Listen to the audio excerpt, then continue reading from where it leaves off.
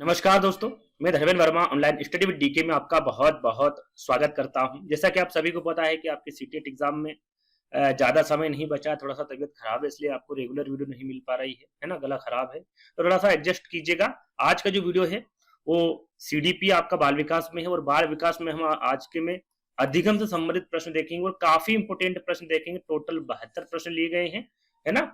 तो आपको स्किप नहीं करना है। यहाँ पर 2011 से 22 तक 23 तक जो आपके एग्जाम हुई सीटेट की, उन प्रश्नों को भी रखा है, कुछ इंपोर्टेंट प्रश्नों को भी रखा है और यहाँ पर हम जल्दी-जल्दी करवाने की कोशिश करेंगे क्योंकि आपके जो सीटेट एग्जाम है उसमें ज्यादा समय नहीं बचा है। बहुत सारे बच्चों का ये डाउट है कि सर 21 जनवरी को पेपर होगा या नहीं। बिल्कुल आपका 21 जनवरी को पेपर होगा, घबराने की आवश्यकता नहीं है, पैनिक नहीं करना है। जो समय बचा है उसमें आपको जितनी ज्यादा हो सके रिविजन करना है ना, रिविजन ही करना है और ज्यादा लफड़े में आपको नहीं पढ़ना है।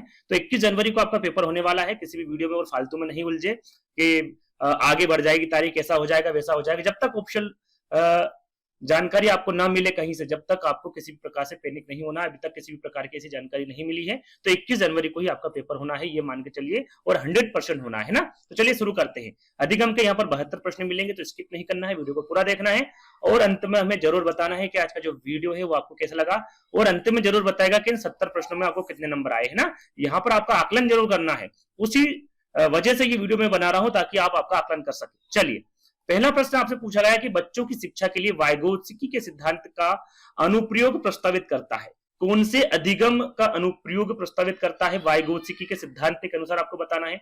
इनके द्वारा कौन सा सिद्धांत दिया गया है, तो आपको पता होगा सामाजिक सांस्कृतिक, है ना। सामाजिक सांस्कृतिक सिद्धांत इनके द्वारा दिया गया है, तो उससे संबंधित आपको यहाँ पर बताना है। सहयोगात्मक अधिगम होगा, क्रिया प्रसूत अधिगम होगा, रटन अधिगम। रटन अधिगम कहीं पर भी लागू नहीं होता है, नेगेटिव में चला जाता है, याद करिएगा, याद कर लीजिएगा, निष्क्रिय भी नहीं होगा। तो दो विकल्प तो आपके यहाँ पर कट गए। अब इन दोनों में होगा तो देखिए क्रिया प्रसूत अधिगम सिद्धांत किसके द्वारा दिया गया, यदि आपको पता होगा तो ये स्किनर के द्वारा दिया गया था, है ना। तो यहां पर यदि स्किनर होता तो आप यहां पर बी वाला विकल्प टच करते, लेकिन यहां पर वाइगोत्स्की के सिद्धांत के अनुसार पूछा गया है, तो सहयोगात्मक अधिगम यहां पर बिल्कुल करेक्ट आंसर होगा, यानी कि पहला वाला। यदि आपने पहला वाला विकल्प चुना है तो एक नंबर यहां पर आप अपना जोड़ लीजिएगा। चलिए, दूसरा प्रश्न, बच्चों का समग्र शारीरिक व मानसिक स्वास्थ्य अधिगम, जो बच्चों का समग्र शारीरिक व मानसिक स्वास्थ्य अधिगम है, क्या ये इसको प्रभावित नहीं करता है, इसमें बाधा डालता है, इससे संबंधित नहीं है, या फिर ये इसको सुसाधित करता है। क्या करता है, दूसरे का आंसर फटाफट दे दीजिए, ज्यादा समय नहीं है आपके पास में ना। या तो आप अपनी कॉपी में लिख सकते हैं या फिर कमेंट्स के माध्यम से भी आप इसका आंसर दे सकते हैं। सही आंसर क्या होगा, जो बच्चे का समग्र शारीरिक व मानसिक स्वास्थ्य है, ये अधिगम को सुसाधित करता है। क्या करता है, सुसाधित करता है ना। तो फोर्थ वाला विकल्प आपका सही होगा। तीसरा प्रश्न, अधिगम तब अधिक अर्थपूर्ण होता है जब विषय वस्तु को रिक्त स्थान रूप में प्रस्तुत किया जाता है। किसके रूप में प्रस्तुत किया जाता है, संदर्भ से हटकर प्रस्तुत किया जाता है, अप्रासंगिक रूप में प्रस्तुत किया जाता है, बहुत ही अमूर्त, या फिर संयोजित। चार विकल्प हैं आपके सामने, करेक्ट आंसर आपको बताना है सबसे पहले, है ना। तो इसका सही आंसर क्या होगा, इसका सही आंसर होगा, देखिए, जो अधिगम तब अधिक अर्थपूर्ण होता है जब जो विषय वस्तु है इसका जो है संयोजित रूप से ये प्रस्तुत किया जाता है, तब अधिगम अधिक अर्थपूर्ण होता है। क्या, संयोजित। तो डी वाला विकल्प आपका यहां पर करेक्ट होगा। चलिए, अगला प्रश्न, निम्नलिखित में से अध्यापक द्वारा अपनाई गई कौन सी विधि अधिगम प्रक्रिया में विद्यार्थी की सक्रिय भूमिका को कम महत्व देती है। सक्रिय भूमिका, क्या वो व्याख्यान है, पूछताछ है, चर्चाएं हैं, या फिर खोज, जिसे हम अन्वेषण भी कहते हैं, वो है। तो फोर्थ का करेक्ट आंसर होगा आपका व्याख्यान। अध्यापक द्वारा अपनाई गई जो व्याख्यान विधि है, इसमें अधिगम प्रक्रिया में विद्यार्थी की सक्रिय भूमिका को कम महत्व देती, क्या, व्याख्यान। तो पहला वाला विकल्प आपका करेक्ट होगा। चलिए, अगला प्रश्न, अधिगम कठिनाई महसूस करने वाले, जो अधिगम कठिनाई महसूस करने वाले होते हैं, जो विद्यार्थी होते हैं, क्या वो अपनी शैक्षिक विशेषताओं में से एक जैसे होते हैं। क्या वो विद्यार्थी को विशिष्ट विद्यालय में पढ़ाना चाहिए। क्या विद्यार्थी हमेशा अति क्रियाशील होते हैं, या फिर विद्यार्थी अपनी शैक्षिक सामर्थ्य और चुनौतियों से अलग अलग हो सकते हैं, जिनको अधिगम सीखने में कठिनाई महसूस होती है, उनके बारे में यहाँ पर सीधे सीधे पूछा गया है। तो सही आंसर क्या होगा, देखिए यहाँ पर कठिनाई महसूस हो रही है बच्चे को, तो विद्यार्थी अपनी शैक्षिक सामर्थ्य और चुनौतियों में अलग अलग हो सकते हैं, है ना। फोर्थ वाला विकल्प आपका करेक्ट होगा। प्रश्न में क्या पूछा गया है, इस पर आपको विशेष ध्यान देना है। चलिए, छठा प्रश्न है, अधिगम किस प्रकार का होना चाहिए। जो अधिगम है, जो सीखना है, वो भाई किस प्रकार का होना चाहिए। क्या वो अर्थपूर्ण और संदर्भित होना चाहिए, असंदर्भित, जहां पर पॉजिटिव प्रश्न पूछा गया है और नेगेटिव विकल्प में दे रखा है तो बिल्कुल गलत होगा। असंदर्भित, यहां पर देखिए असंदर्भित हो गया, अर्थहीन हो गया। ये दो जो शब्द हैं ये आपके नेगेटिव में चले जाते हैं। देखिए यहाँ पर अर्थपूर्ण लिखा हुआ है लेकिन यहाँ पर असंदर्भित लिखा हुआ है, तो आपका तीसरा वाला विकल्प भी गलत हो गया। अब यहाँ पर देखिए अर्थपूर्ण और संदर्भित होता है या फिर संदर्भित और अर्थहीन होता है, तो यहाँ पर अर्थहीन नेगेटिव विकल्प हो गया आपका, है ना। तो आपका सही विकल्प क्या हो गया, जो अधिगम होता है वो अर्थपूर्ण के साथ साथ क्या होता है, संदर्भित होता है। तो इस प्रकार से भी आप विकल्प का चयन कर सकते हैं, पहला वाला आपका करेक्ट आंसर होगा। चलिए अगला प्रश्न, थोड़ा गला खराब है मैं फिर कह रहा हूं, है ना, थोड़ा सा एडजस्टमेंट कीजिएगा।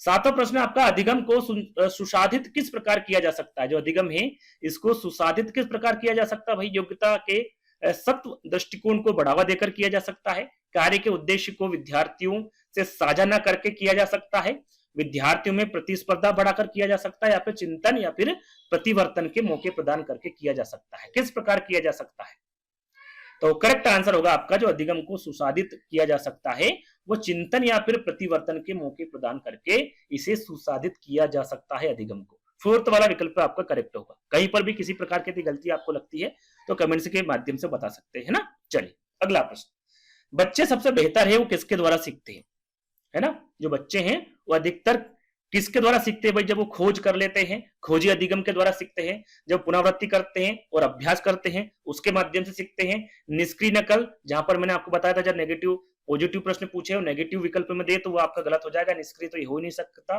कंठस्थ स्मरण बच्चा कर नहीं सकता, तो दो विकल्प तो आपके यहाँ पर कट गए। अब दोनों में आंसर क्या है ये आपको देखना है, क्या होगा भाई, जब वो खोज करेगा, है ना, तो इसको क्या कहेंगे हम, खोजी अधिगम। जब वो खोज करके स्वयं सीखेगा तो वो उसमें बेहतर सीख सकता है। तो पहला विकल्प आपका ये दूसरे विकल्प से ज्यादा अच्छा है, तो पहला वाला आपका करेक्ट होगा। चलिए अगला प्रश्न, एक अध्यापिका को कैसे अधिगम क्रियाकलाप बनाने और संपादित करने चाहिए। एक अध्यापिका है उसको कैसे अधिगम क्रियाकलाप बनाने चाहिए या फिर संपादित करना चाहिए, जिनकी प्रवृत्ति अति अमूर्त हो, जो विद्यार्थी की रुचि के अनुरूप हो, जो विद्यार्थी के परिवेश से गैर और अन्य देशी हो, या फिर जिनका उद्देश्य सिर्फ पूर्व ज्ञान का पुनरुत्पादन मात्र हो। यहां पर आपको बताना है जो अध्यापिका है उसे कैसे अधिगम क्रियाकलाप करने चाहिए या फिर संपादित करना चाहिए।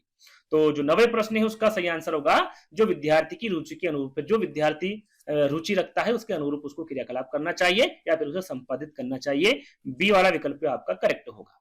चलिए अगला प्रश्न है, अधिगम प्रक्रिया में विद्यार्थियों की संलग्नता को अधिकाधिक करने के लिए एक अध्यापिका को क्या करना चाहिए। जो विद्यार्थी है वो सीखने की प्रक्रिया की संलग्नता को, आपको संलग्नता के लिए अधिकाधिक करने के लिए, चाहे आप अध्यापक हो या फिर अध्यापिका हो, आपको क्या करना चाहिए। विद्यार्थियों की स्वायत्तता को न्यूनतम कर देना चाहिए। भाई न्यूनतम तो हो नहीं सकता, नेगेटिव आपका विकल्प हो गया, आपका कैंसिल हो गया, पहला वाला विकल्प है ना। विकर्षणों को अधिकतम कर देना चाहिए, व्यक्तिगत विकल्पों को न्यूनतम कर देना चाहिए, न्यूनतम जहां जाए आपका गलत हो जाएगा, है ना, क्योंकि नेगेटिव में चला जाता है। कार्य की सत्यता को अधिकतम कर देनी चाहिए। जब कार्य की सत्यता को आप अधिकतम कर देंगे उसमें जो अधिगम है प्रक्रिया में जो विद्यार्थी की संलग्नता है उसको आप अधिकाधिक करने के लिए एक अच्छा मौका ढूंढ सकते हैं, उसको कर सकते हैं। तो आपका सही आंसर क्या होगा, कार्य की सत्यता को अधिकतम कर देना चाहिए। फोर्थ वाला विकल्प आपका करेक्ट हो जाएगा। चलिए अगला प्रश्न, अधिगम संवेगों से महत्वपूर्ण रूप से प्रभावित होता है, संवेगों से प्रभावित नहीं होता है क्या अधिगम। अधिगम सामाजिक संदर्भ से कभी कभार प्रभावित होता है या फिर अधिगम सामाजिक संदर्भ से कभी भी प्रभावित नहीं होता। क्या है अधिगम, इसके बारे में पूछा गया है। तो जो अधिगम होता है वो संवेगों के महत्वपूर्ण रूप से क्या होता है, प्रभावित होता है। यहां पर पहला वाला जो विकल्प होगा वो आपका करेक्ट होगा। चलिए जिस प्रकार से मैं प्रश्न पढ़ रहा हूं, 4 विकल्प पढ़ रहा हूं, उस समय में यदि आप आंसर नहीं दे पा रहे हैं तो वीडियो को हल्का सा पुश कर दीजिएगा, आंसर लिख लीजिएगा कमेंट में या फिर अपनी कॉपी में और फिर आगे बढ़ा लीजिएगा, है ना। ऐसा नहीं करना अपना आंसर देख लिया फिर अपनी कॉपी में लिख लिया फिर कमेंट्स में कर दिया, ये अपने आप को धोखा देने वाली बात हो गई, है ना। मुझे उससे कोई फर्क नहीं पड़ेगा, आप 72 में से 72 बता देंगे, कोई 70 बता देगा, कोई आपका 68 नंबर बता देगा, तो उससे मुझे कोई नहीं फर्क पड़ेगा। आप वहां पर अपने खुद को ही धोखा दे रहे हैं ना। इसको आपको क्या करना है, मैं आंसर नहीं बताऊं उसके पहले या तो कॉपी में या फिर कमेंट्स में लिख लीजिएगा ताकि आपका आकलन कर पाएंगे कि भाई अधिगम से संबंधित यदि प्रश्न आ जाएंगे तो हम किस प्रकार उसको सोल्व करेंगे। यदि आपको कम नंबर आ रहे हैं तो जो आपके जो समय बच रहा है 3-4 दिन 5 दिन, उसमें आप और अच्छी तैयारी कर सकते हैं ना। तो ये थोड़ा सा आकलन करने के लिए प्रश्न आपको दिए जा रहे हैं। 12वां प्रश्न आपका कि निम्न में से कौन सा कारक विद्यार्थियों के अधिगम में बाधक बन जाता है। यहाँ पर बाधक के बारे में बताना है कि विद्यार्थी के अधिगम में बाधक कौन सा विकल्प बन जाता है या फिर कौन सा कारक बन जाता है। वातावरण से स्वाभाविक या फिर सहज पारंपरिक क्रिया, स्व अभिप्रेरित अभ्यास, जानने और खोज करने की चाह, कठोर और अनम्य पाठ्यक्रम। तो यहां पर देखिए नेगेटिव प्रश्न पूछा गया है तो आपको विकल्प भी नेगेटिव ही ढूंढना है। तो 12वें का करेक्ट आंसर क्या होगा, कठोर और अनम्य पाठ्यक्रम। ये जो है विद्यार्थियों के अधिगम में बाधक बन जाता है ये कारक। तो 4th वाला विकल्प आपका सही होगा। अधिगम में बाधक कौन सा नहीं बनता, तो आपका करेक्ट आंसर क्या होगा, आपका जानना और खोज करने की चाह। लेकिन यहां पर क्या पूछा गया है कि विद्यार्थी के अधिगम में बाधक कौन सा कारक बन जाता है, तो वो आपका कठोर और अनम्य पाठ्यक्रम होगा। तो पहले प्रश्न को समझना है फिर विकल्पों को समझना है। डी वाला विकल्प आपका करेक्ट होगा। चलिए, अधिगम का सामाजिक संरचनात्मक उपागम निम्न में से किस आधार पर मूल्यांकन को बढ़ाता है। यहां पर देखिए प्रश्न क्या कह रहा है कि जो अधिगम है, अधिगम का जो सामाजिक संरचनात्मक उपागम है, इन चारों विकल्पों में से या फिर किस आधार पर यह मूल्यांकन को बढ़ावा देता है। तो क्या है, मुख्यतः प्रत्यास्मरण आधारित परीक्षणों द्वारा बढ़ावा देता है, सहयोगात्मक प्रोजेक्ट कार्यों द्वारा, एक शब्द के जवाब वाले सवालों द्वारा, या फिर मानकीकृत परीक्षणों द्वारा। क्या है सही विकल्प, तो इसका सही विकल्प है जो अधिगम का सामाजिक संरचनात्मक उपागम है, यह आपका सहयोगात्मक प्रोजेक्ट कार्यों द्वारा मूल्यांकन को बढ़ावा देता है। बी वाला विकल्प आपका करेक्ट हो गया। चलिए अगला प्रश्न, विद्यार्थी के अधिगम को समर्थन देने के लिए एक अध्यापिका को क्या करना चाहिए। विद्यार्थी के अधिगम को समर्थन देने के लिए पूछा गया है। क्या वो योग्यता के इकाई या फिर सत्व दृष्टिकोण को बढ़ावा देना चाहिए उसे, क्या विद्यार्थियों की रुचियों को दरकिनार करना चाहिए। दरकिनार तो हो नहीं सकता है ना। जैसे जैसे विकल्प आपको नेगेटिव मिले उसको कट कर दीजिएगा ताकि आपको और आसानी हो विकल्पों को समझने में। तीसरा विकल्प है विद्यार्थियों की व्यक्तिगत विभिन्नताओं के प्रति विचारशील रहना चाहिए। विद्यार्थियों को प्रदर्शन उन्मुखी लक्ष्यों के प्रति के लिए प्रेरित करना चाहिए। क्या होगा सही विकल्प। तो यहां पर देखिए विद्यार्थियों के अधिगम को समर्थन देने के लिए एक अध्यापिका को क्या करना चाहिए ये पूछा गया है। तो जो अध्यापिका है उसे विद्यार्थियों की व्यक्तिगत विभिन्नताओं के प्रति विचारशील करना चाहिए। क्या करना चाहिए, विचारशील करना चाहिए। यहां पर तीसरा वाला विकल्प आपका सही होगा। चलिए अगला प्रश्न है, विद्यार्थियों की स्वयं के अधिगम पर विमर्श चिंतन करने की योग्यता को क्या कहा जाता है। क्या वो ध्यान देना होता है, कंठस्थीकरण करना होता है, अधिसंज्ञान होता है, या फिर विस्मरण जिसे भूलना भी कहते हैं। विद्यार्थी की स्वयं के अधिगम पर विमर्श चिंतन करने की योग्यता, यहाँ पर विमर्श आप चिंतन कर रहे हैं तो उसकी जो योग्यता है उसको क्या कहा जाएगा यह आपको बताना है। सही आंसर क्या होगा, तो यहां पर क्या होगा, अधिसंज्ञान होगा, है ना। उसे क्या कहा जाएगा, अधिसंज्ञान कहा जाएगा। तीसरा वाला विकल्प आपका सही होगा। चलिए अगला प्रश्न है, निम्नलिखित में से कौन सा कथन अधिगम के बारे में सही नहीं है। प्रश्न को आपको हमेशा अच्छे से पढ़ना है। नेगेटिव प्रश्न पूछा गया है। अधिगम के बारे में सही कथन कौन सा नहीं है। क्या अधिगम में अपने आसपास के परिवेश के साथ अंतःक्रिया शामिल होती है, बिल्कुल होती है। पहला आपका करेक्ट हो गया, है ना। अधिगम एक सक्रिय प्रक्रिया है, बिल्कुल सक्रिय प्रक्रिया है। अधिगम व्यक्तिगत कारकों को प्रभावित करता है, बिल्कुल करता है। अधिगम सामाजिक संदर्भों से हटकर स्वतंत्र रूप से होता है। तो यहाँ पर देखिए इसमें सामाजिक संदर्भ भी जुड़े होते हैं। इस वजह से अधिगम के बारे में जो 4th वाला विकल्प है ये आपका इनकरेक्ट होगा, सही नहीं होगा। 4th वाला विकल्प आपका सही होगा। देखिए कुछ प्रश्न ऐसे होते हैं जिनके विकल्प पढ़ेंगे तो ही आपको समझ में आ जाएगा कि भाई इसका आंसर ये सही हो सकता है और 100% हो सकता है ना। तो इस प्रकार से विकल्प भी रखे जाते हैं ताकि आपको ज्यादा वहां पर सोचने समझने की आवश्यकता नहीं होती है। विकल्पों को ध्यान से पढ़ेंगे तो आप करेक्ट आंसर को ढूंढ लेंगे। 4th वाला विकल्प आपका करेक्ट होगा। अधिगम की प्रक्रिया में त्रुटियों के बारे में क्या सही है। अधिगम की प्रक्रिया में त्रुटियों के बारे में आपको बताना है कि भाई क्या सही है। त्रुटियों की कोई भूमिका नहीं होती। क्यों नहीं होती भाई, भूमिका बिल्कुल होती है। अधिगम में त्रुटियों की बहुत भूमिका होती है। ये त्रुटियां नहीं होगी तो बच्चा सीखेगा कैसे, है ना। तो पहला वाला विकल्प दूसरा विकल्प आपका त्रुटियां अर्थपूर्ण है और उन पर चर्चा होनी चाहिए। तो पहला वाला विकल्प तो आपका गलत हो गया क्योंकि भूमिका होती है। दूसरा त्रुटियां अर्थपूर्ण है और उन पर चर्चा होनी चाहिए, बिल्कुल बी वाला विकल्प आपका सही होगा। जो त्रुटियां है वो अर्थपूर्ण होती है, इसके बिना पूर्ण नहीं होता है आपका अधिगम।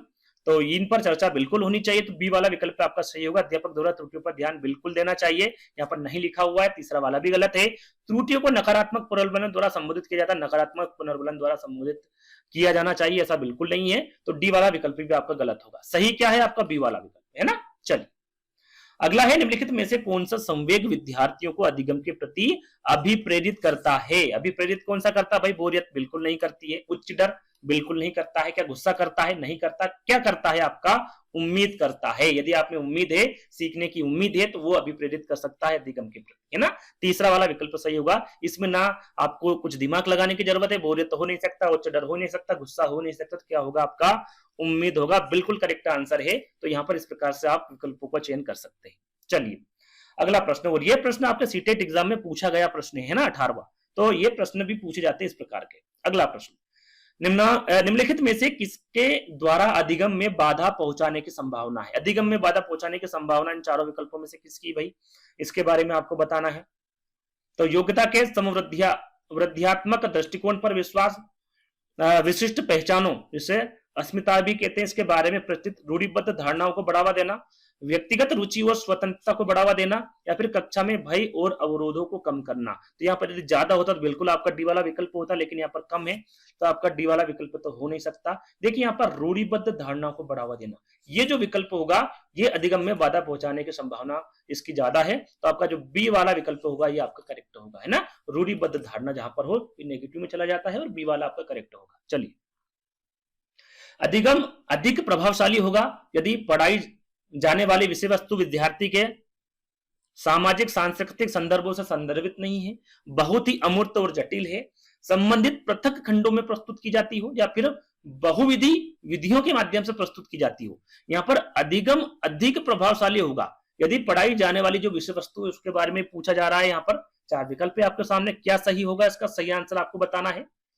तो देखिए यहाँ पर जो अधिगम अधिक प्रभावशाली होगा यदि पढ़ाई जाने वाली जो विषय वस्तु होगी वो बहुविधि विधियों के माध्यम से प्रस्तुत की जाती है, तो उसमें जो विधि बच्चों को समझ में आएगी उससे वो समझ सकता है। तो बहुविधि विधियों के माध्यम से प्रस्तुत की जाती विषय वस्तु, है ना। तो डी वाला विकल्प आपका करेक्ट होगा। चलिए अधिगम को प्रभावशाली बनाने के लिए विषय वस्तु कैसी होनी चाहिए? फिर से वही प्रश्न है, लेकिन यहाँ पर विकल्प को क्या कर दिया गया है? बदल दिया गया है। यहाँ पर इस प्रकार से प्रश्न, और दोनों प्रश्न पूछे गए हैं। आपके जो सीटेट एग्जाम है उसमें ये भी प्रश्न पूछा गया है और ये भी प्रश्न पूछा गया है, लेकिन विकल्पों को यहाँ पर क्या कर दिया गया है? बदल दिया गया है। अब आप के सामने इस प्रकार के चार विकल्प है, तो कौन सा आंसर लगाएंगे? देखिए पहला विकल्प है आपका यहाँ पर कि बहुत अमूर्त और जटिल है। तो देखिए जब अमूर्त और जटिल होती है तो प्रभावशाली बनाने के लिए विषय वस्तु नहीं हो सकती। नेगेटिव पूछा जाता तो बिल्कुल आपका पहला करेक्ट होता, लेकिन पॉजिटिव प्रश्न पूछा गया है, इस वजह से पहला वाला आपका विकल्प गलत होगा। असंबंधित खंडों में प्रस्तुत, असंबंधित देखिए यहाँ पर असंबंधित खंडों में प्रस्तुत नहीं किया जा सकता, इस वजह से अधिगम को प्रभावशाली आप नहीं बना सकते विषय वस्तु को। तीसरा विकल्प विद्यार्थी के सामाजिक सांस्कृतिक परिवेश से संबंधित, अपना फोर्थ विकल्प पढ़ लेते, अति आसान। देखिए ना तो अति आसान होना चाहिए, ना अत्यधिक सरल होना चाहिए, ना ही ज्यादा कठिन होना चाहिए, है ना। इस वजह से सही आंसर क्या होगा आपका? तीसरा वाला, जो विद्यार्थियों के सामाजिक सांस्कृतिक परिवेश से संबंधित होना चाहिए, जिस वजह से जो अधिगम है वो प्रभावशाली बनाने के लिए इसे विषय वस्तु इस प्रकार की होना चाहिए जिससे जो बच्चा है वो कनेक्टेड हो सके, है ना, उसको और अच्छे से समझ में आए। तो तीसरा वाला विकल्प आपका करेक्ट होगा। चलिए अगला प्रश्न है, अधिगम के सामाजिक संरचनावादी उपागम के अनुसार निम्न में से कौन सा तरीका अर्थपूर्ण अधिगम के लिए प्रभावशाली नहीं है?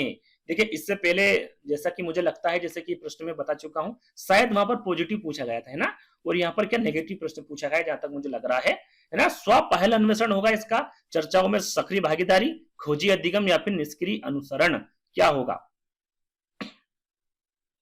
बिल्कुल पॉजिटिव प्रश्न पूछा गया था वहां पर, और सही आंसर मैंने क्या बताया था? खोजी अधिगम, है ना।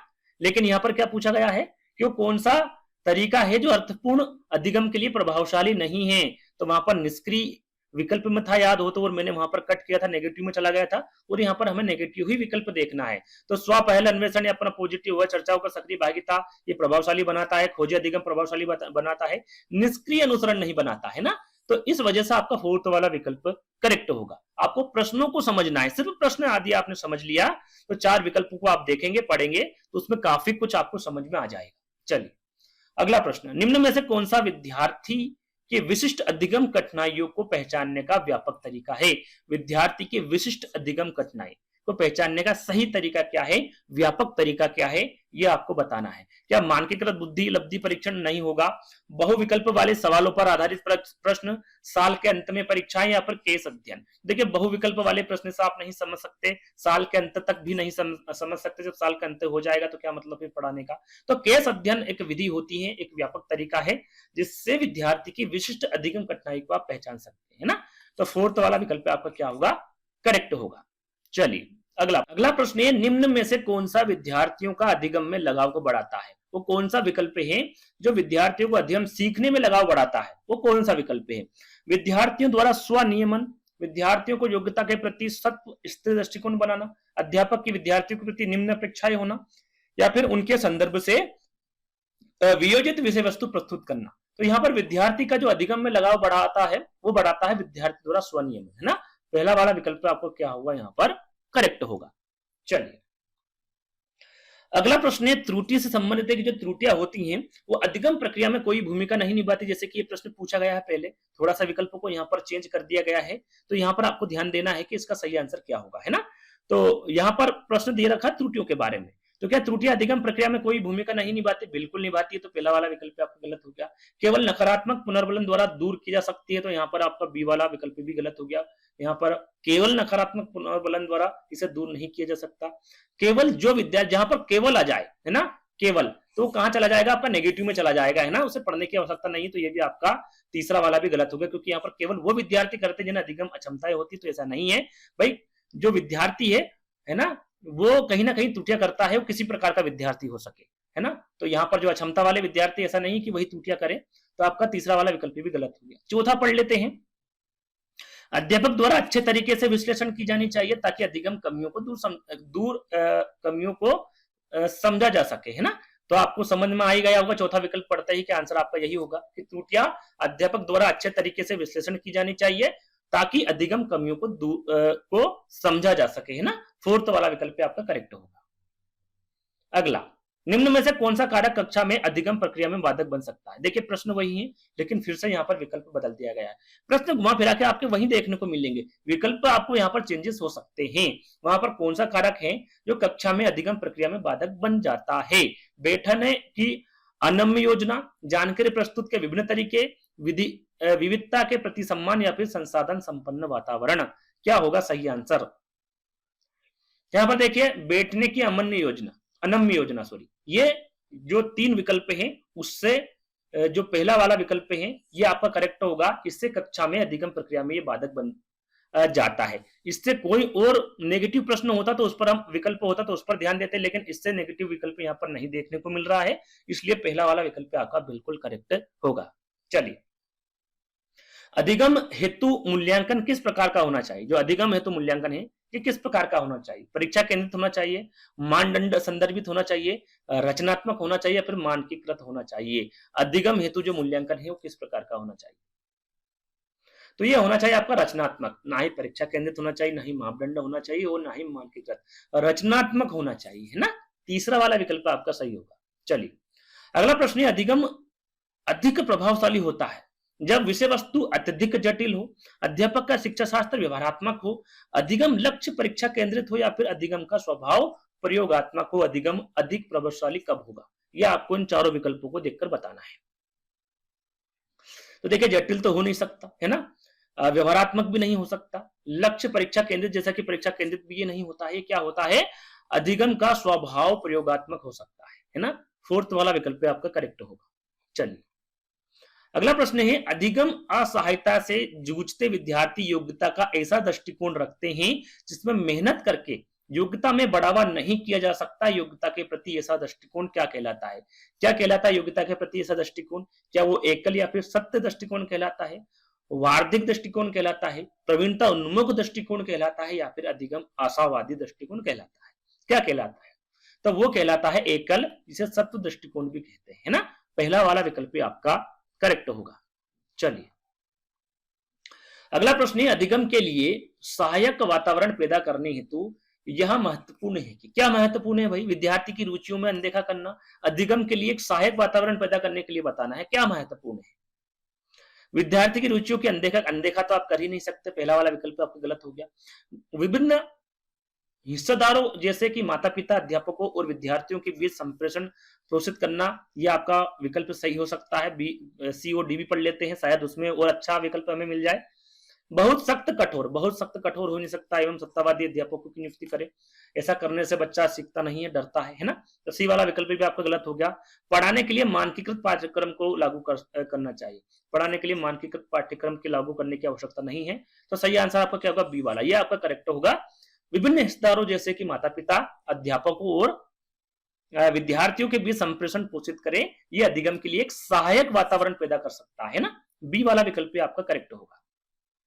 चलिए, अगला प्रश्न है कि निम्न में से कौन सा कारक विद्यार्थियों के प्रभावशाली और अर्थपूर्ण अधिगम में सहयोग नहीं करता है? वो कौन सा कारक है जो विद्यार्थी के प्रभावशाली और अर्थपूर्ण अधिगम में सहयोग नहीं करता है? अभी तक जो प्रश्न पूछे गए थे वो करता है, लेकिन यहाँ पर नेगेटिव पूछा गया है। क्या वो बाल केंद्रित शिक्षा शास्त्र है, अधिगम की सार्वभौमिक रूपरेखा है, मानकीकृत पाठ्यक्रम है, या फिर अध्यापन का संरचनावादी उपागम है? क्या है? तो आपने देखा होगा इससे पहले हमने जो प्रश्न पढ़ा था कि भाई कौन सा प्रभावशाली होगा, उसमें एक विकल्प मानकीकृत पाठ्यक्रम था और वो प्रश्न पॉजिटिव था, इसलिए हमने मानकीकृत पाठ्यक्रम को छोड़ दिया था। लेकिन यहाँ पर नेगेटिव प्रश्न पूछा गया है तो आप मानकीकृत पाठ्यक्रम को पकड़ सकते हैं, क्योंकि यही जो कारक है ये विद्यार्थी के प्रभावशाली और अर्थपूर्ण अधिगम को सहयोग नहीं करता है ना? इस प्रकार से भी आप आंसर दे सकते हैं, क्योंकि वहां पर हमने छोड़ दिया था। क्यों छोड़ा था? क्योंकि वो प्रभावशाली नहीं होता है, अर्थपूर्ण अधिगम नहीं होता है, उसमें सहयोग प्रदान नहीं करता है ना? तो इस वजह से तीसरा वाला विकल्प आपका करेक्ट होगा। चलिए, अगला प्रश्न, अधिगम के लिए मूल्यांकन किस प्रकार का होना चाहिए? भाई संदर्भित होना चाहिए, मानकीकृत, मानदंड संदर्भित, या फिर अध्यापक अभिमुखी। अभी जो प्रश्न पूछा गया है ये इससे पहले भी पूछा गया था। प्रश्न शायद विकल्प वही दे रखे हैं, जैसा कि मैंने आपको बताया ये मानकीकृत हो नहीं सकता, क्योंकि नेगेटिव में अभी हमने देखा कि ये जो अधिगम है सॉरी उसमें ये सहयोग प्रदान नहीं करता है ना? तो सही आंसर क्या होगा यहाँ पर आपका? संदर्भित होता है ना? क्या होता है? अधिगम के लिए मूल्यांकन संदर्भ किस प्रकार का होना चाहिए? तो संदर्भित होता है।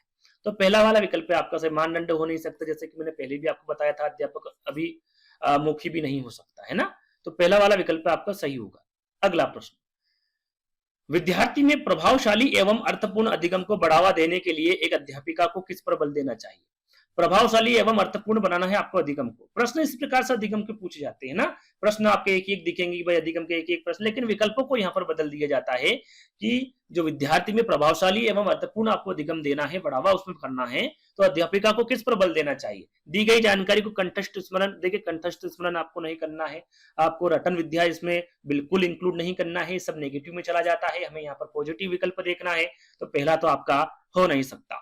विद्यार्थी में प्रतिस्पर्धा की भावना को बढ़ाना, प्रतिस्पर्धा की भावना को हमें कभी भी बढ़ावा नहीं देना है, एक अध्यापक के रूप में, एक विद्यार्थी के रूप में, है ना? व्यवहार में अनुकूलन के लिए नहीं हो सकता। व्यवहार में क्या होगा? पाठ्य सामग्री को यहाँ पर पाठ्य लिखा हुआ ना, पाठ्य सामग्री को वास्तविक जीवन संदर्भ से जोड़ने के लिए, यह आपका बिल्कुल करेक्ट होगा। इस प्रकार के प्रश्न आप देखेंगे ना और उसके विकल्प पढ़ेंगे तो आप आंसर टिक कर सकते हैं। थोड़ा सा सिर्फ आपको दिमाग लगाना है ना, ये थोड़ा सा आपने दिमाग लगाया है ना, अपने को पॉजिटिव रखा, अपने को एक अध्यापक के रूप में आपने वहां पर देखा, बच्चों के भले के बारे में आपने सुना, उनको अच्छाई हमें देना है ना, उनको अच्छे से अच्छी चीज हमें सिखाना है। यदि आप इन पॉजिटिविटी के साथ सीटेट एग्जाम देने जाएंगे तो आप बिल्कुल जैसे कि अधिगम के प्रश्न आए उसको बिल्कुल करेक्ट करेंगे। डी वाला विकल्प यहाँ पर आपका सही होगा। चलिए, अधिगम की जो प्रकृति है रिक्तिस्थान और रिक्तिस्थान है, सक्रिय सामाजिक, निष्क्रिय सामाजिक, सक्रिय व्यक्ति, निष्क्रिय। तो मैंने आपको बताया पॉजिटिव प्रश्न है, निष्क्रिय आपका गलत हो गया, ये भी निष्क्रिय आपका गलत हो गया। अब यहाँ पर सक्रिय व्यक्तित्व बचा है और सक्रिय सामाजिक बचा हुआ है, तो इसमें आपको चयन करना है। देखिए यहाँ पर अधिगम व्यक्तित्व के अंतर्गत नहीं आता, यहाँ पर सामाजिक होता है। तो जो अधिगम की प्रकृति होती है वो सक्रिय और क्या होती है? सामाजिक होती है। पहला वाला विकल्प आपका सही हो गया है ना? इस प्रकार से आप विकल्पों का चयन कर सकते हैं। अगला प्रश्न आपका, रिक्तिस्थान अधिगम को सकारात्मक रूप से प्रभावित करता है जबकि नकारात्मक रूप से प्रभावित करता है। सॉरी, एक बार फिर पढ़ लेते हैं कि रिक्तिस्थान अधिगम को सकारात्मक रूप से प्रभावित करता है जबकि नकारात्मक रूप से प्रभावित करता है। यहां पर देखिए रिक्तिस्थान आएगा है ना, जबकि नकारात्मक रूप से रिक्तिस्थान प्रभावित करता है। कौन सकारात्मक रूप से प्रभावित करता है और कौन नकारात्मक रूप में प्रभावित करता है, ये आपको यहां पर बताना है। क्या होगा इसका सही आंसर? तो देखिए यहां पर सही आंसर होगा आपका चारों विकल्पों को शायद पढ़ा नहीं, पढ़ लेते हैं। विचारावेश संकल्पना, एक तरफ ये वाला रखना है पॉइंट और एक तरफ ये रखना है ना, यहाँ पर रिक्त स्थान छोड़ रखा है ना। तो क्या होगा सही आंसर? तो इसका सही आंसर होगा आपका स्कीमा सक्रियता। जो स्कीमा सक्रियता होती है ये अधिगम को सकारात्मक रूप से प्रभावित करती है, और जो अधिगम असशक्तता है ये आपका नकारात्मक रूप से प्रभावित करता है। तो यहाँ पर आपका स्कीमा सक्रियता हो जाएगा और यहाँ पर आपका अधिगम आसक्तता हो जाएगा, है ना। यहाँ पर रिक्त स्थान छोड़ नहीं पाया मैं, है ना, थोड़ा सा मिस हुआ है, तो यहाँ पर ध्यान दीजिएगा। फोर्थ वाला विकल्प आपका सही होगा, है ना। चलिए अगला प्रश्न। राष्ट्रीय शिक्षा नीति में भी अधिगम से संबंधित प्रश्न पूछा गया है, और कौन सा प्रश्न है भाई कि राष्ट्रीय शिक्षा नीति 2020 किस प्रकार के शिक्षा शास्त्र को प्रस्ताव रखती है। शिक्षा शास्त्र यानी कि परीक्षा केंद्रित होना चाहिए, अध्यापक केंद्रित होना चाहिए, अधिगम कर्ता केंद्रित होना चाहिए, या फिर बहिष्कार केंद्रित होना चाहिए। जो एनईपी 2020 है इससे सबसे ज्यादा प्रश्न पूछे गए हैं आपके सीटेट एग्जाम में। ऑनलाइन एग्जाम आप देख लीजिए, उसके पहले 2020 के बाद की जो एग्जाम उसमें देख लीजिए, है ना। एनईपी से संबंधित प्रश्न पूछे जाते हैं, और यहाँ पर भी 1 से 2 प्रश्न आपको देखने को मिलेंगे एनईपी से ज्यादा 5 प्रश्न आपको देखने को मिलेंगे 150 प्रश्न में, चाहे वो आपकी बाल विकास हो, पर्यावरण हो, हिंदी हो, गणित हो, या फिर इंग्लिश हो। इस पर एक मैंने प्रॉपर वीडियो बनाया है जिसमें सारे सब्जेक्ट के प्रश्न निकाल के रखे हैं, और बहुत सारे प्रश्न उसमें इंक्लूड किए। शायद मैंने 2-4 दिन पहले ही उस वीडियो को अपलोड किया है, तो उसको जरूर देख लीजिएगा। एनईपी के सारे प्रश्न आपको एक ही वीडियो में दिख जाएंगे। यदि आपने कंप्लीट वॉच कर लिया तो मुझे नहीं लगता कि आपके 5 नंबर कहीं जाएंगे, इंक्लूड 150 प्रश्न की मैं यहाँ पर बात कर रहा हूँ, है ना। चलिए यहाँ पर क्या होगा आपका अधिगम कर्ता होगा, है ना। क्या होगा? अधिगम कर्ता केंद्रित प्रस्ताव रखती है आपकी एनईपी 2020, है ना। तीसरा वाला विकल्प आपका सही होगा। चलिए अगला प्रश्न। निम्नलिखित में से किस सिद्धांतकारी ने अधिगम के संदर्भ में सामाजिक संरचनावाद पर जोर दिया है? यहां पर देखिए सीधे सीधे एक वैज्ञानिक का नाम पूछा गया है, सिद्धांतकारी का नाम पूछा गया है कि अधिगम के संदर्भ में सामाजिक संरचनावाद पर किसने जोर दिया है। स्किनर, कोहलबर्ग, वाइगोत्स्की या फिर सिगमंड फ्रॉइड। इनके सभी के आपको पता होना चाहिए कि इनके द्वारा कौन सा सिद्धांत दिया। सामाजिक संरचनावाद, तो यहाँ पर सामाजिक सांस्कृतिक सिद्धांत किसके द्वारा दिया गया है आपको पता होना चाहिए भाई, वाइगोत्स्की के द्वारा दिया गया है। तो इनके द्वारा ही सामाजिक संरचनावाद पर जोर दिया है ना।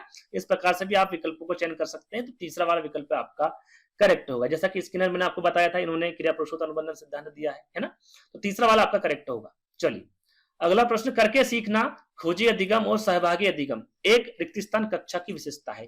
किसकी विशेषता है ये? व्यवहारवादी की है, प्रगतिशील की है, अध्यापक केंद्रित की है, या फिर निष्क्रिय की है? निष्क्रिय की हो नहीं सकती, जैसा कि मैंने आपको बताया है ना। क्या होगा? तो देखिए करके सीखना, आप करके सीखते हैं, खोज करके सीखते हैं, सहभागी अधिगम सीखते हैं, तो ये एक प्रगतिशील कक्षा की विशेषता होती है। किसी जो प्रगतिशील शिक्षा है उसकी ये विशेषता है। तो बी वाला विकल्प आपका करेक्ट हो गया। चलिए अगला प्रश्न। अधिगम एक सक्रिय प्रक्रिया है, एक सांस्कृतिक संदर्भ में होती है। निम्न में से कौन सा दृष्टिकोण इस विचार पर विश्वास रखता है? वो कौन सा दृष्टिकोण है जिसको ये सही मानता है, उस पर विश्वास करता है? मनोविश्लेषणवाद है, व्यवहारवाद है, सामाजिक संरचनावाद है, नैतिकवाद है? क्या है?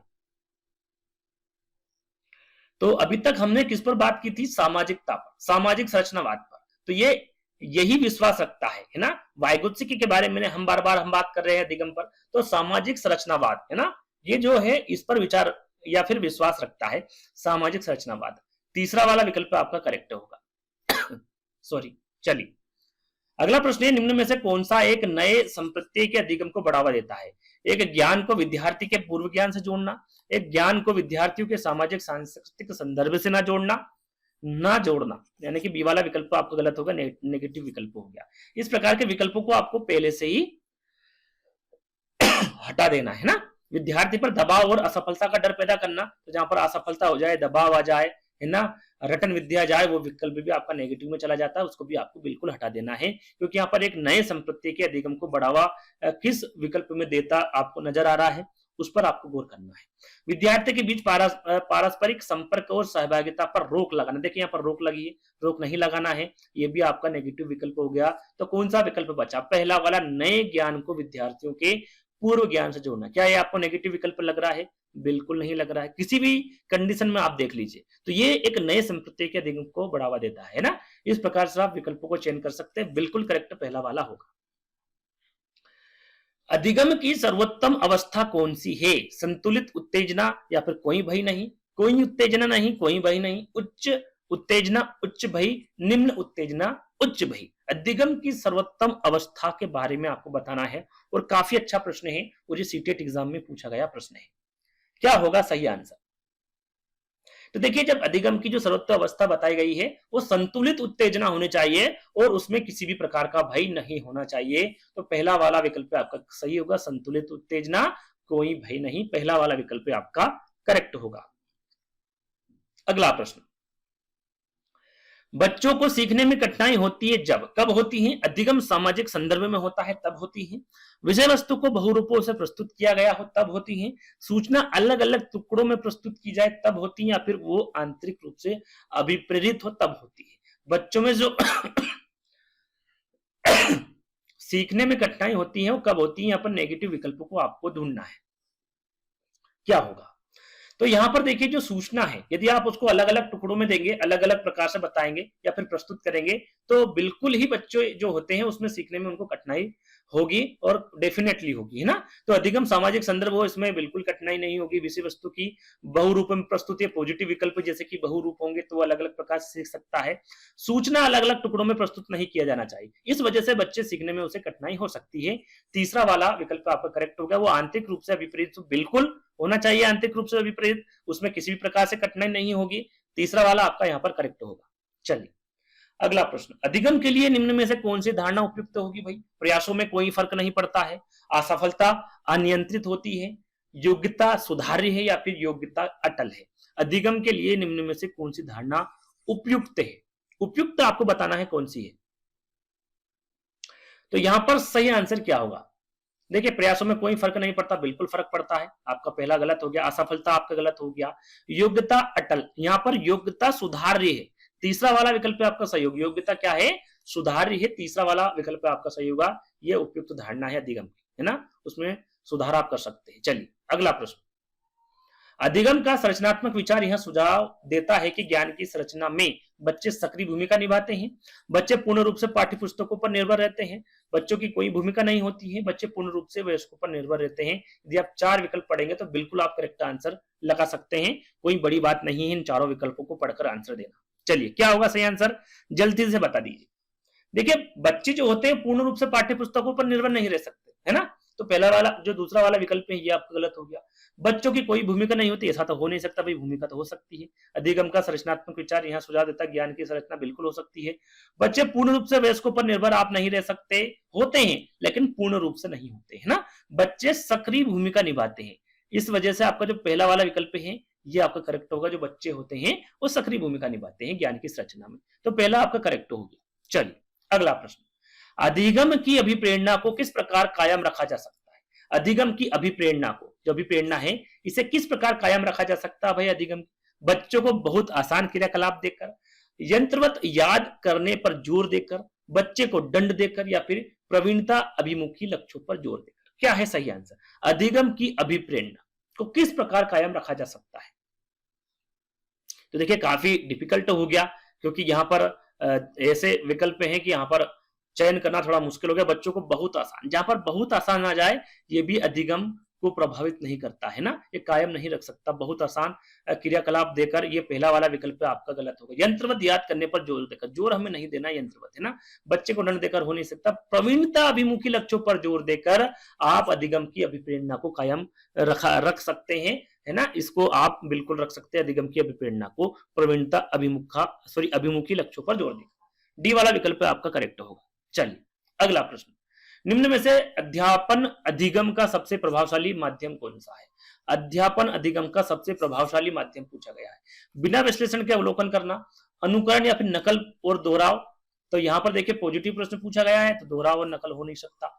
विषय वस्तु को यंत्रवत याद करना, यंत्रवत आप याद नहीं कर सकते, तीसरा वाला विकल्प भी आपका गलत हो गया। सॉरी। संकल्पनाओं के बीच संबंध खोजना, बिना विश्लेषण के अवलोकन, बिना विश्लेषण का अवलोकन करना, ये एक अध्यापन अधिगम का सबसे प्रभावशाली माध्यम नहीं होता है। कौन सा होता है? संकल्पनाओं के बीच संबंध खोजना, ये अधिगम का सबसे प्रभावशाली माध्यम है ना। तो फोर्थ वाला विकल्प आपका करेक्ट होगा। यदि यहाँ पर विश्लेषण करके अवलोकन करना होता तो पहला वाला करेक्ट होता, लेकिन यहाँ पर बिना विश्लेषण करके अवलोकन करना है तो आपका पहला वाला भी गलत होगा। चलिए अगला प्रश्न, अधिगम कठिनाइयों से जूझते छात्रों की जरूरतों को संबोधित करने के लिए एक अध्यापक को क्या नहीं करना चाहिए? नेगेटिव प्रश्न पूछा गया है कि अधिगम कठिनाइयों से जूझते छात्रों की जरूरतों को संबोधित करने के लिए एक जो अध्यापक है उसे क्या नहीं करना चाहिए? ये सीधे सीधे यहाँ पर पूछा गया है। व्यक्तिगत शैक्षिक योजना बनाना चाहिए, बिल्कुल आप योजना बना सकते हैं। क्या नहीं करना है ये आपको बताना है। शिक्षा शास्त्र और आकलन की जटिल संरचनाओं का प्रयोग, दृश्य श्रव्य सामग्रियों का इस्तेमाल, संरचनात्मक शिक्षा शास्त्रीय उपागमों का इस्तेमाल। तो यहाँ पर क्या नहीं करना चाहिए भाई? उसे जटिल संरचनाओं का प्रयोग नहीं करना चाहिए एक शिक्षक को, है ना। एक अध्यापक को शिक्षा शास्त्र और आकलन की जटिल संरचनाओं का वहां पर प्रयोग नहीं करना चाहिए। इससे क्या है, जो बच्चे हैं उसमें और कठिनाई महसूस होगी और वो उससे जूझेंगे, है ना। तो बी वाला विकल्प भी आपका क्या होगा? सही होगा। यहाँ पर सरल तरीका आप यूज कर सकते हैं।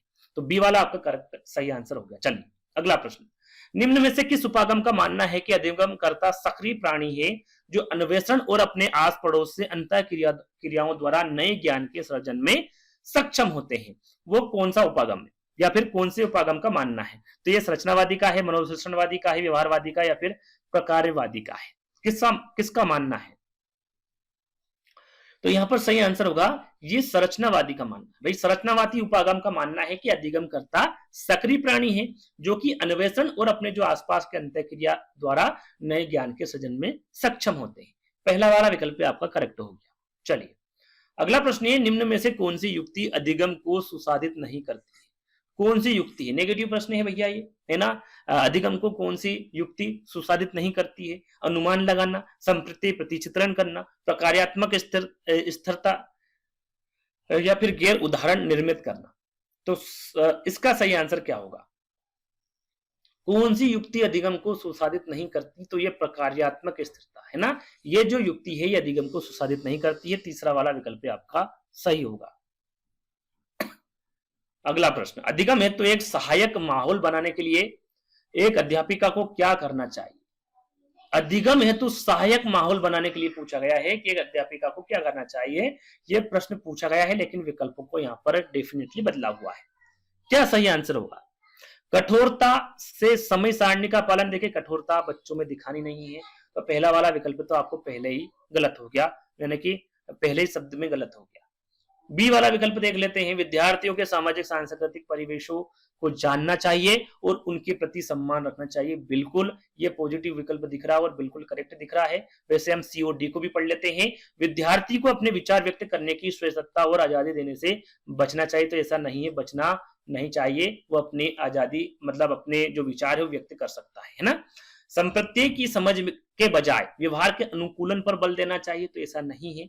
आपका तीसरा और चौथा वाला विकल्प भी गलत है। सही कौन सा है? और आपका जो सही विकल्प होगा बी वाला होगा, विद्यार्थियों के सामाजिक सांस्कृतिक परिवेश को जानना चाहिए और उनके प्रति सम्मान रखना चाहिए। यह अधिगम हेतु एक सहायक माहौल बनाने के लिए एक अध्यापिका को करना चाहिए। तो बी वाला विकल्प आपका करेक्ट होगी। अगला प्रश्न है, अधिगम के बारे में निम्न में से कौन सा कथन सही नहीं है? नेगेटिव प्रश्न है भाई। 4 विकल्प है आपके सामने, क्या होगा सही आंसर? अधिगम ज्ञान सृजन की एक सक्रिय प्रक्रिया। बिल्कुल सक्रिय है। ये पॉजिटिव विकल्प है आपका, यानी कि पहला वाला आपका गलत होगा क्योंकि यहाँ पर नेगेटिव विकल्प पूछा गया है, नेगेटिव प्रश्न पूछा गया है ना। सॉरी। अधिगम हेतु विद्यार्थी में कुछ स्तर की तत्परता होनी चाहिए। बिल्कुल होनी चाहिए, ये भी पॉजिटिव विकल्प है आपका। सामाजिक पारस्परिकता का अधिगम प्रक्रिया में कोई महत्व नहीं। तीसरा वाला, सामाजिक पारंपरिकता का अधिगम प्रक्रिया में कोई महत्व नहीं है। ऐसा नहीं, बिल्कुल महत्व है ना। महत्व है, यदि होता तो पॉजिटिव चला जाता, लेकिन महत्व नहीं लिखा हुआ है तो नेगेटिव में चला गया, यानी कि यही आपका करेक्ट आंसर है। फोर्थ वाला विकल्प भी हम पढ़ लेते हैं। अधिगम प्रभावशाली होता है, बिल्कुल होता है, अगर वहां अधिगमकर्ता की सक्रिय भागीदारी द्वारा ग्रहण किया गया। बिल्कुल सक्रिय। यदि यहाँ पर निष्क्रिय होता तो यहाँ पर आप देखना होगा कि भाई तीसरा वाला सही है या फिर चौथा वाला सही है, लेकिन यहाँ पर निष्क्रिय नहीं लिखा हुआ है। सक्रिय भागीदारी की बात की जा रही है, तो फोर्थ वाला आपका पॉजिटिव विकल्प है। आपका नेगेटिव विकल्प कौन सा होगा? तीसरा वाला होगा, और यही आपका करेक्ट आंसर होगा। चलिए अगला प्रश्न है आपका, अधिगम प्रभावशाली और अर्थपूर्ण हो इसके लिए क्या महत्वपूर्ण, जो अधिगम में प्रभावशाली भी होना चाहिए और अर्थपूर्ण भी होना चाहिए, इन चारों विकल्पों में से कौन है जिसकी वजह से अधिगम प्रभावशाली भी लगे सॉरी और अर्थपूर्ण भी लगे, है ना। तो उसके लिए क्या महत्वपूर्ण है, चारों विकल्पों को हम पढ़ेंगे। पहला विकल्प है, विद्यालय में हो रहे अधिगम और विद्यालय के बाहर के जीवन के प्रति सम्मतता स्थापित करना, बिल्कुल इससे प्रभावशाली और अर्थपूर्ण होगा अधिगम। हम पहला वाला विकल्प सही मान के चलते हैं, है ना, कि ये सही होगा, लेकिन हम बी, सी और डी को भी पढ़ लेते हैं।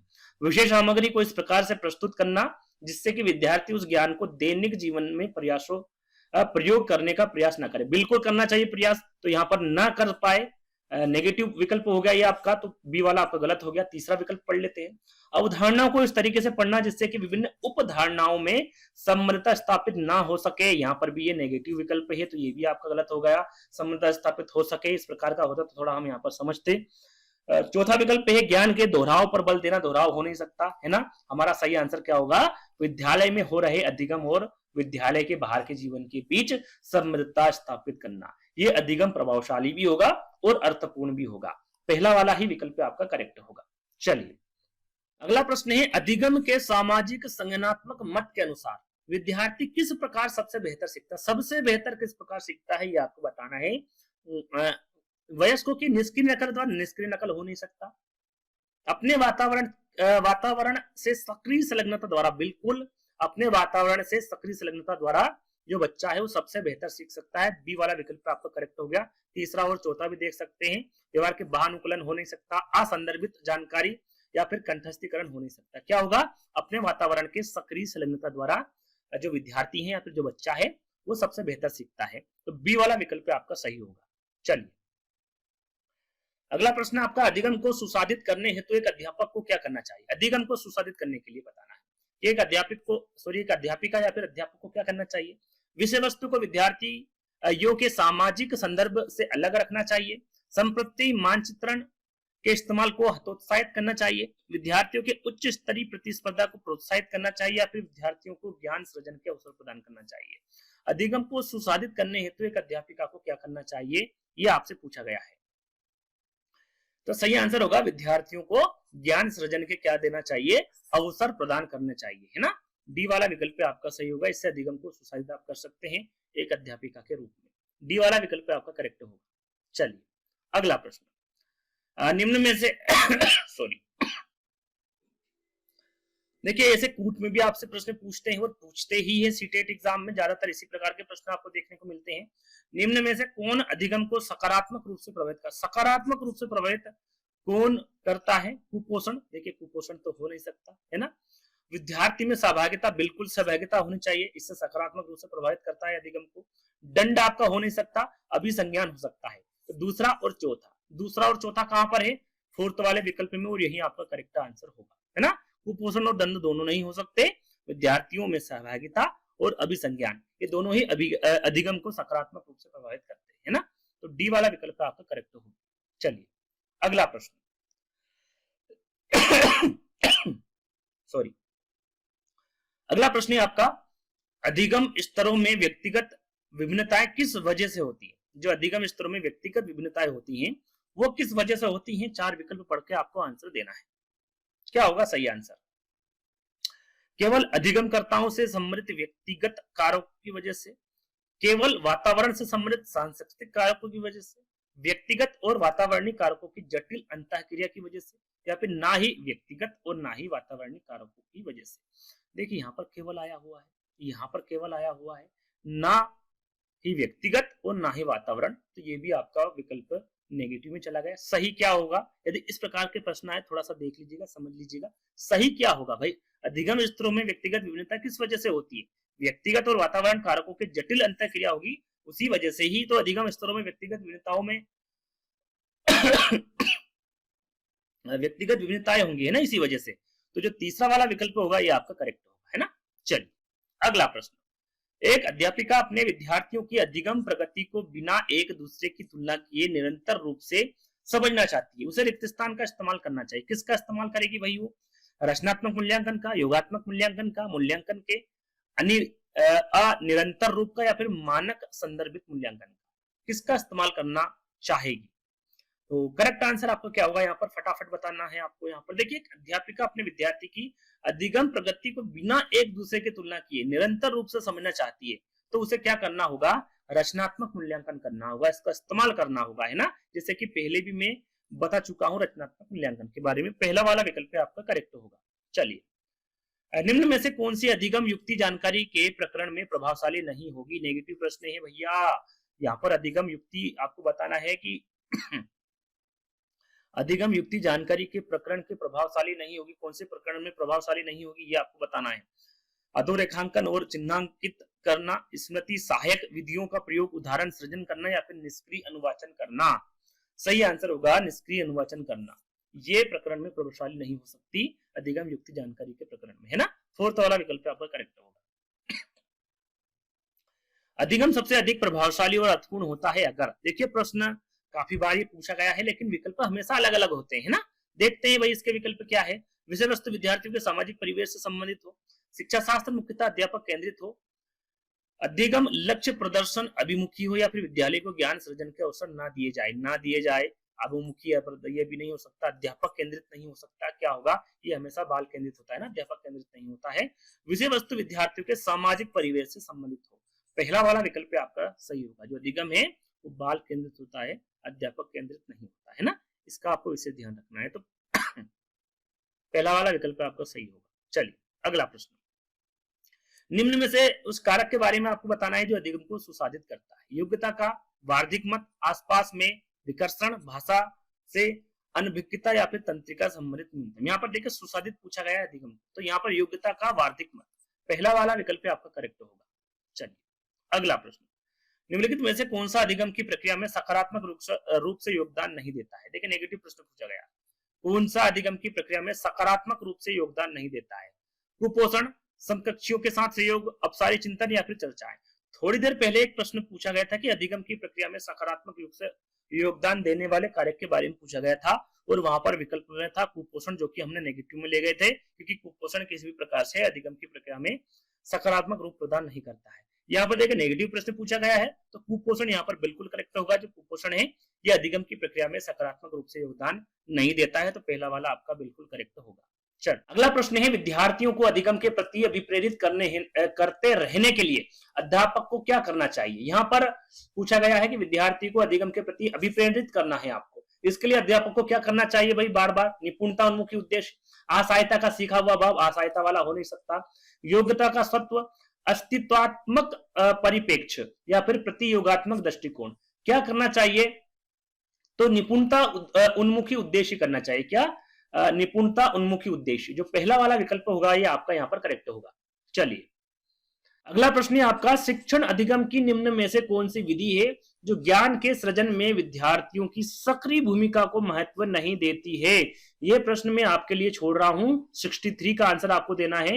63 का व्यवहार अनुकूलन होगा, सहपाठी सहभागिता होगा, अन्वेषण अधिगम होगा, या फिर पारस्परिक शिक्षण होगा। इसका आंसर आपको कमेंट्स के माध्यम से देना है। देखना चाहता हूं कि इसका आंसर कौन कौन सही देता है।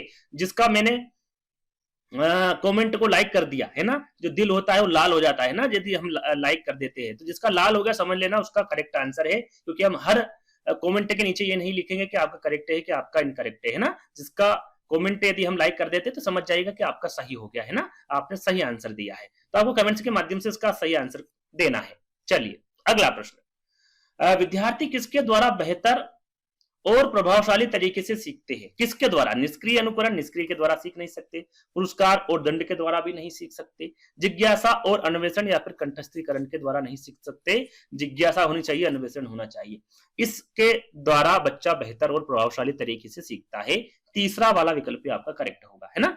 चलिए अगला प्रश्न, अधिगम किसके द्वारा नकारात्मक रूप से प्रभावित होता है? अधिगम किसके द्वारा नकारात्मक रूप से प्रभावित होता है? अध्यापिका द्वारा, प्रदान पाठ के द्वारा, निराशा की भावना, विद्यालय का मुद्रित समृद्ध परिवेश, या फिर विद्यार्थी की जरूरत अनुसार व्यक्तिगत रूप से दिए रहे अनुदेशन। किसके द्वारा नकारात्मक रूप से प्रभावित होता है ये आपको बताना है।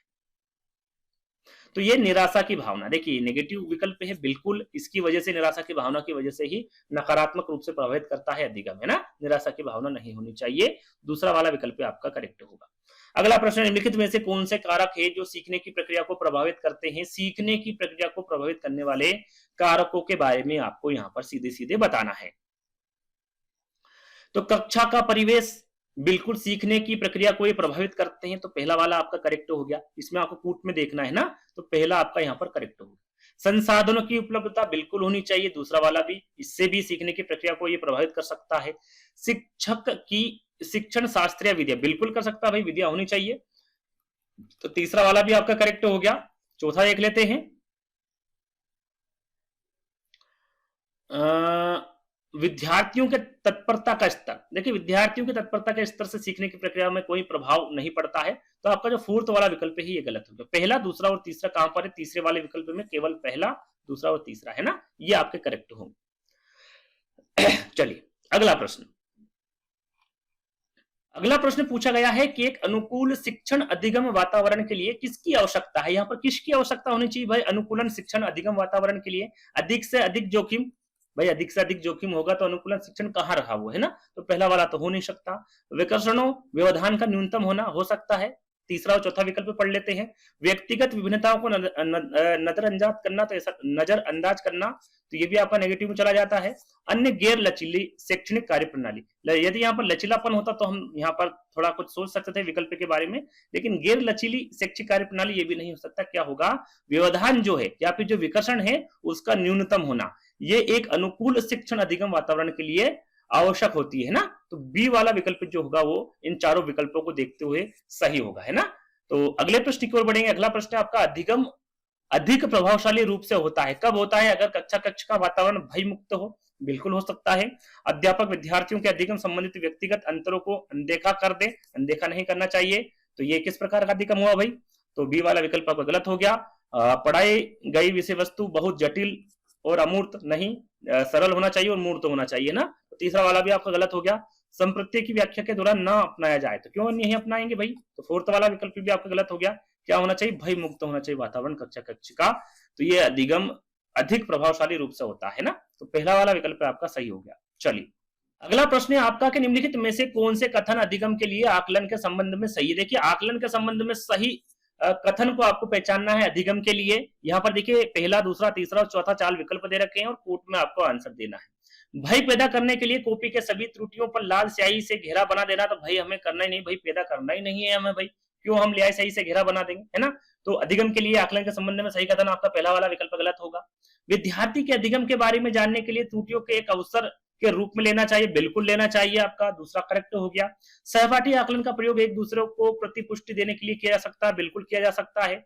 विद्यार्थियों द्वारा की गई त्रुटियों के प्रतिरूपों के प्रति अध्यापक को सजग होना चाहिए, बिल्कुल होना चाहिए। तो दूसरा, तीसरा और चौथा ये कहां पर है, कौन से विकल्प में है, ये हम देख लेते हैं। तो ये है आपका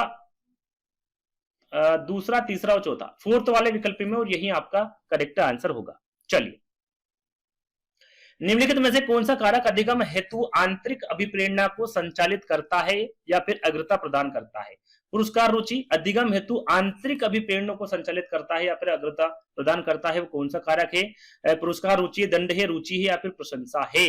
आंतरिक अभिप्रेरणा के बारे में पूछा गया है, तो सही आंसर होगा आपका रुचि, है ना प्रशंसा होगा, ना दंड होगा, ना ही पुरस्कार, रुचि होगा। क्या होगा यहाँ पर? सिर्फ और सिर्फ रुचि होगा, है ना। जो रुचि कारक है ये अधिगम हेतु आंतरिक अभिप्रेरणा को संचालित करता है, जागृत करता है ना, तो तीसरा वाला विकल्प आपका सही होगा। अगला प्रश्न, निम्नलिखित में से कौन से अधिगम को प्रभावित करने वाले परिवेशी कारक है और व्यक्तिगत कारक नहीं है? देखिए परिवेशी कारक तो है, लेकिन व्यक्ति कारक कौन सा नहीं है इसके बारे में आपको बताना है। समझ का स्तर, भावात्मक लब्धि, शिक्षण अधिगम सामग्री या फिर सीखने के लिए आंतरिक अभिप्रेरणा, क्या है सही आंसर?